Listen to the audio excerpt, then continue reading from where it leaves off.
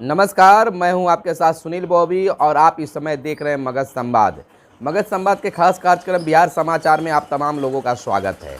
बिहार समाचार में खबरें हम लेते हैं बिहार की और बातें होती हैं बिहार की। बिहार में क्या कुछ चल रहा है, तमाम खबरों से हम आपको कराते हैं अपडेट। बिहार में शिक्षा रोजगार का क्या है हाल और गाँव की सरकार को लेकर क्या कर रही है बिहार सरकार, तमाम खबरों से हम आपको कराते हैं अपडेट।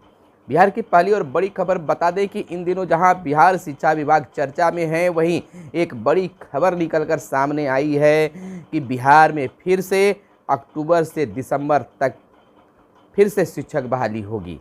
इसको लेकर हम आपको बता दें कि विश्वस्त सूत्रों से मिली जानकारी के अनुसार बिहार के मुख्यमंत्री नीतीश कुमार ने शिक्षा में कई बदलाव को लेकर बिहार के शिक्षा मंत्री प्रोफेसर चंद्रशेखर और शिक्षा विभाग के अपर मुख्य सचिव के पाठक को बुलाया। घंटों बैठक हुई जिसमें कई निर्णय भी लिए गए। जहां गुणवत्तापूर्ण शिक्षा पर बातें हुई, वहीं बिहार में शिक्षक बहाली पर भी चर्चा की गई। अब यहां पर नियोजित शिक्षकों को लेकर क्या कुछ बातें हुई है, यह पर्दे के पीछे है, लेकिन निश्चित तौर पर मुख्यमंत्री ने जब के पाठक और शिक्षा मंत्री को बुलाया तो कोई बड़ा फैसला भी लिए गए हैं जो आने वाले वक्त में शिक्षकों को सुनने के लिए, जानने के लिए, समझने के लिए मिल सकता है। लेकिन अक्टूबर से दिसंबर के बीच नई बहाली का भी ऐलान हो सकता है, यानी कि अक्टूबर से दिसंबर के बीच फिर से शिक्षक बहाली होगा। इधर बिहार के पैक्सों में खुलेंगे पेट्रोल पंप, 27 तक कर सकेंगे आवेदन, यानी कि अब पैक्सों को बड़ी उपलब्धि मिलने जा रही है, बड़े काम मिलने जा रहे हैं। 8,463 पैक्स हैं बिहार में। IOCL भारत और HP के बन सकते हैं रिटेलर। जब रिक्तियां वहां के लिए आवेदन कर सकते हैं पैक्स और मानकों पर करना होगा इनको पालन। आपको बताते चले बिहार के पैक्स से जल्द ही पेट्रोल पंप मालिक बनेंगे। इनकी प्रक्रिया तेज हो गई है। सहकारिता विभाग ने पंप खोलने के इच्छुक पैक्सों में 27 सितंबर तक आवेदन करने को कहा है। विभाग की ओर से सभी जिला सहकारिता पदाधिकारी को भेजे गए निर्देश में कहा गया है कि इच्छुक और मानक पूरा करने वाले पैक्सों को आवेदन के लिए प्रोत्साहित करें। पैक्स उन्हीं जगहों के लिए आवेदन कर सकते हैं जहां पेट्रोलियम कंपनियों की ओर से रिटेल आउटलेट की रिक्तियां निकाली गई है, यानी कि अब पैक्स को एक बड़ी और जिम्मेवारी मिलने जा रही है। इधर हम आपको बताते चले कि 1,33,000 स्नातक उत्तीर्ण छात्राओं को राशि नहीं मिली है। इधर हम आपको बता दें कि 1 अप्रैल 2021 से 31 मार्च 2023 के बीच स्नातक परीक्षा उत्तीर्ण 1,33,000 लड़कियों को अब भी प्रोत्साहन राशि का इंतजार है। मुख्यमंत्री कन्या उत्थान योजना के अंतर्गत इन लड़कियों को 50-50 हज़ार का प्रोत्साहन राशि मिलती है। इधर लोकसभा चुनाव देखकर भागवत ने किया आरक्षण का समर्थन, शिवानंद बोले हैं। राजद के राष्ट्रीय उपाध्यक्ष शिवानंद तिवारी ने कहा है कि अगले लोकसभा चुनाव को नज़र में रखकर मोहन भागवत ने संविधान में दिए गए पिछड़े दलितों और आदिवासियों की आरक्षण का समर्थन किया है। वहीं हम बता दें कि हिंद प्रशांत क्षेत्र की प्रगति साझा हित प्रधानमंत्री ने कहा है। आसियान में और 10 सदस्य देश है आसियान समूह में। इधर बाइडन मोदी में जेट इंजन की कीमत पर चर्चा संभव, तो वहीं प्रदेश में पुराने वाहनों की खरीद बिक्री के लिए निबंधन अनिवार्य कर दिया गया है। DTO ऑफिस में होगा डीलरों का निबंधन, तो वहीं प्रमाण पत्र मिलने के बाद ही कर सकेंगे अब कारोबार। इधर बिहार के लिए एक बड़ी खबर और है कि बिहार की छोटी औद्योगिक इकाइयां देश में सर्वश्रेष्ठ ऊर्जा खपत व पर्यावरण मानक पर 3,171 इकाइयों को मिला प्रमाण पत्र।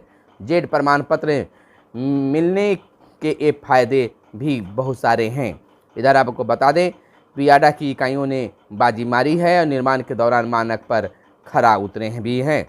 इधर बिहार की छोटी औद्योगिक इकाइयां ऊर्जा खपत इकाइयों से निकालने वाले कचरा और पर्यावरण के मानकों का पालन करने में दूसरे राज्यों के आगे हैं। इनका प्रदर्शन देश भर में सर्वश्रेष्ठ है। इधर ब्रिटेन का दूसरा बड़ा शहर बर्मिंघम दिवालिया घोषित हो गया है और इधर आदित्य एल1 ने धरती और चांद की एक साथ फोटो भेजी है। एक बड़ी उपलब्धि भारत के लिए है। इसरो द्वारा भेजे गए आदित्य एल1 मिशन ने पृथ्वी और चांद की तस्वीर और सेल्फी ली है। इसरो ने एक्स पर पोस्ट कर बताया है कि यान में लगे कैमरे ने 4 सितंबर को आदित्य में लगे payload visual illumination line coronagraph और सोलर अल्ट्रावायलेट में इमेजान की भी फोटो कैद की है। इधर दिल्ली एम्स में डीजल पेट्रोल के वाहनों पर लग सकती है रोक। तो वहीं हम आपको बताते चलें, व्यवस्था है 3 योजनाओं में बने आवास पर लगेंगे राज्य सरकार के प्रतीक चिन्ह। इधर हम आपको बता दें, ग्रामीण विकास विभाग ने सभी जिलाधिकारी और डीडीसी को दिया है खास निर्देश, दीवार पर लाभुक का नाम भी लिखा जाएगा। हम आपको बता दें कि राज्य प्रायोजित योजनाओं में प्रदेश की सरकार अपना प्रतीक चिन्ह अंकित करवाएगी। शीर्ष स्तर पर हुए इस निर्माण पर अब अमल आरंभ हो गया है। ताज़ा निर्देश राज्य भर में संचालित 3 आवास योजनाओं में को लेकर है। ये सभी राज्य योजनाएं हैं। ग्रामीण विकास विभाग द्वारा इसका संचालन किया जाता है।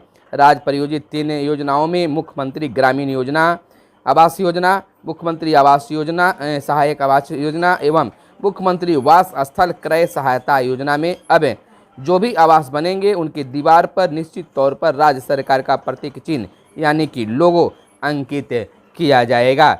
इधर अर्चना और जनसाधारण एक्सप्रेस समेत 6 ट्रेनें रद्द। तो वहीं वाहन नवीकरण को लेकर डीलर करेंगे आंदोलन। राहुल की यात्रा से विपक्ष की राजनीति को मिली नई दिशा। तो वहीं कांग्रेस की सच्चाई बताएगी अब भाजपा। ईओयू में बनेगी साइबर फोरेंसिक लैब। तो वहीं लोकसभा चुनाव को देखकर भागवत ने किया है आरक्षण का समर्थन। शिवानंद तिवारी का एक बड़ा ये बयान है।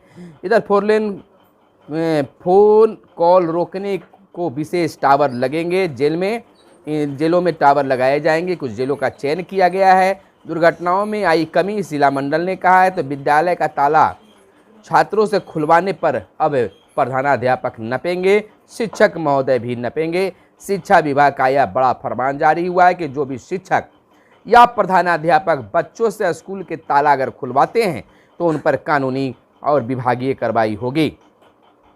इधर जदयू की भीम संसद 5 नवंबर को। तो वहीं सम्मेलन में दिखेगी संस्कृति की झलक। रालोजद में भागवत के बयान की सराहना की है। तो इंस्पायर अवार्ड के लिए अब आवेदन 30 तक लिए जाएंगे। परीक्षा फॉर्म भरने की तिथि नहीं बढ़ेगी सीबीएसई को लेकर। और सचिवालय सेवा संघ समागम इसी माह होगा। कुछ और खबरें देश दुनिया की अगर बातें कर ले तो निश्चित तौर पर पूर्वी एशिया को विकास का केंद्र बनाएंगे। तो ये ऐतिहासिक खास प्रमुख खबरें जो आपके लिए काम की खबरें थी। धन्यवाद। जय हिंद, जय भारत, वंदे मातरम।